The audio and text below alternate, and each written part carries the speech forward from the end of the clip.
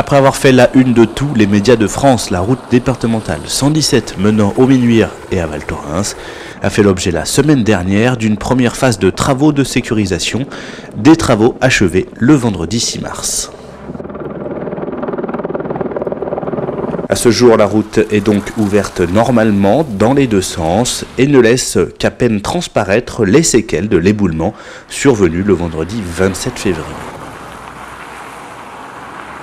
Une masse d'environ 200 mètres cubes se décrochait de la falaise, sachant qu'une bonne partie restait dans le versant et plusieurs rochers ont atteint la route départementale 117 à deux reprises, dont le plus gros faisait 60 mètres cubes. Il aura fallu plusieurs heures de travail pour à la fois briser ce fameux menhir qui bloquait la chaussée et dans le même temps réparer en urgence le cratère laissé 1 km plus haut à l'aide de blocs de béton et d'un asphalte provisoire. Des travaux réalisés en une journée à peine permettant de réouvrir la route 24 heures après l'éboulement sur un secteur complexe qui était déjà sous surveillance. Alors cette zone était d'ores et déjà équipée puisque en 2010 nous avions eu un éboulement de l'ordre de quelques mètres cubes où nous avions équipé la falaise d'écrans anti-sous-marins dynamiques.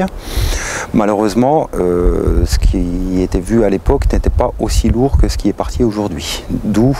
en fait le non-dimensionnement par rapport à un merlon qui d'ailleurs serait infaisable à cet endroit-là, puisque nous avons directement un coteau et le vide. Pour permettre une circulation dans les deux sens jusqu'à la fin de la saison d'hiver sur cette route d'accès aux stations, la première phase des travaux aura consisté en une purge manuelle, à la pose d'un grillage avaloir sur la partie haute de la falaise pour parer à de nouvelles chutes,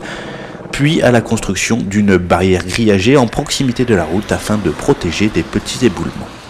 La seconde phase des travaux est à prévoir pour le début du mois de mai. Le premier objectif était la sécurisation rapide qui est faite et en urgence aujourd'hui, sachant que d'ores et déjà la Société Alpine de Géotechnique, notre géologue, est en train de travailler pour regarder quels sont les éléments définitifs à mettre en place. Il semblerait, premier résultat d'études d'ores et déjà parvenu, que nous ayons encore du minage à réaliser sur la partie haute.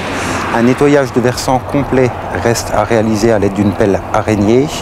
et bien sûr remettre en place des protections adéquates de type filet ASM dynamique qui permettront de bloquer complètement cette fois-ci ce couloir et prévenir éventuellement d'autres chutes de blocs. Prévu pour une période d'1 mois et demi environ, ces travaux demanderont la mise en place d'un alternat au niveau de la zone d'éboulement.